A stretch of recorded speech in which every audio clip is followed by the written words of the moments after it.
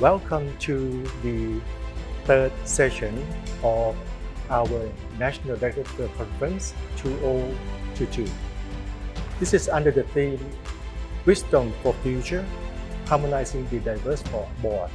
Now that we have diverse board, what are we going to do with it? Different minds, common purpose, and one future. It's session 3 and the name is Courageous Decision Behind Closed Door.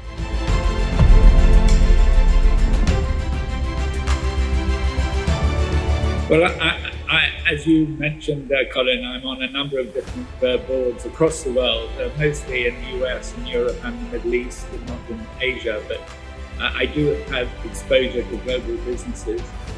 And it's a very complicated situation at the moment. In my lifetime, I don't remember such a complex series of issues.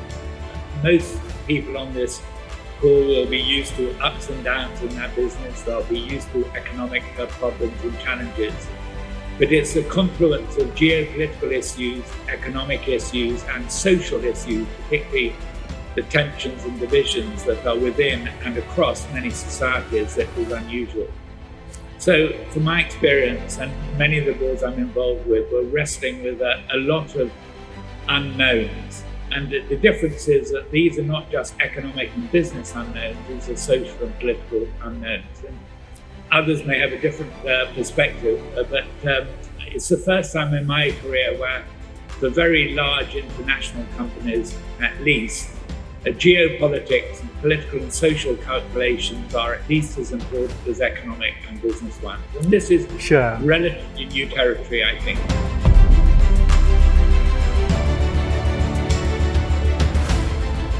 It's not passive.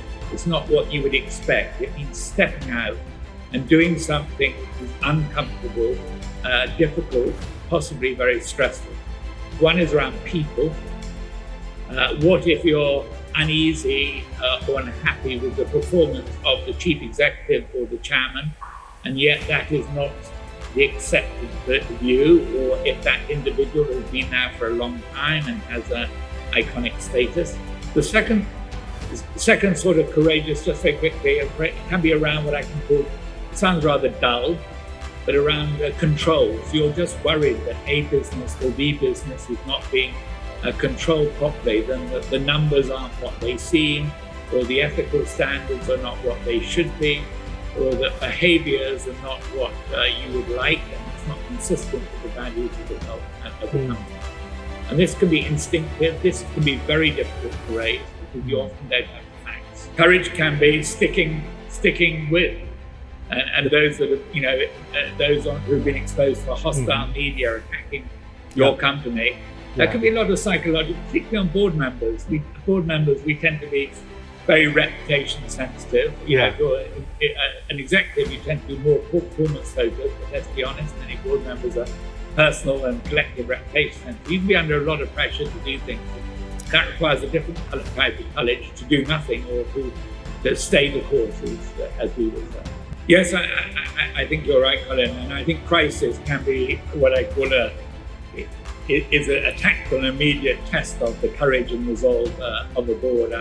I've had a few more crises to deal with in the last 10 years than I would have chosen, but it's very interesting that if you get into a crisis, and a crisis can be a slow crisis, or it can be a totally unexpected crisis, something happens, or it can be a culmination of a series of problems. But crises are very, very good test of the culture and strength and the courage of a board. They're extremely stressful situations by definition. You see the character of individuals in a crisis.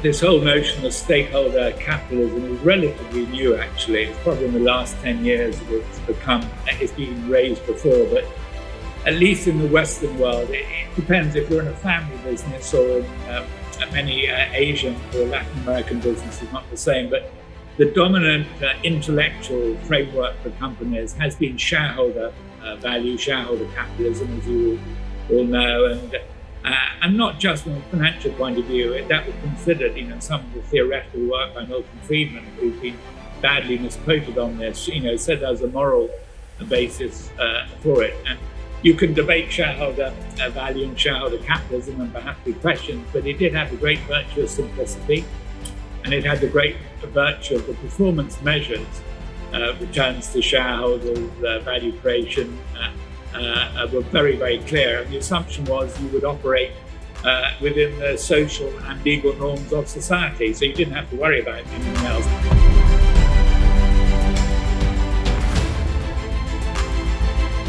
And normally, you have time to really wrestle with it. A strategy that's dreamt up in 2 or 3 months is going to be risky if you just decide on people on a discussion. So, in reality, I think the really big issues normally have time, and I think a good board and a good chairman, will devote time over a number of board meetings. So, really big strategic decisions can often and should be made over 2 years, and the board might have 3 or 4 sessions, off-sites, a chance to explore and probe. And I think one of the skills of being on the board is decide what decisions have the luxury of time and fair discussion, and which ones need to be decided very, very quickly. I think the important thing is, an important aspect of the board is what I call process assurance. It's not very glamorous, but is the audit committee going well? Is compensation being set in the right way? Are our compliance measures adequate? These are really important topics, but typically they are done correctly, in my view, at committee level.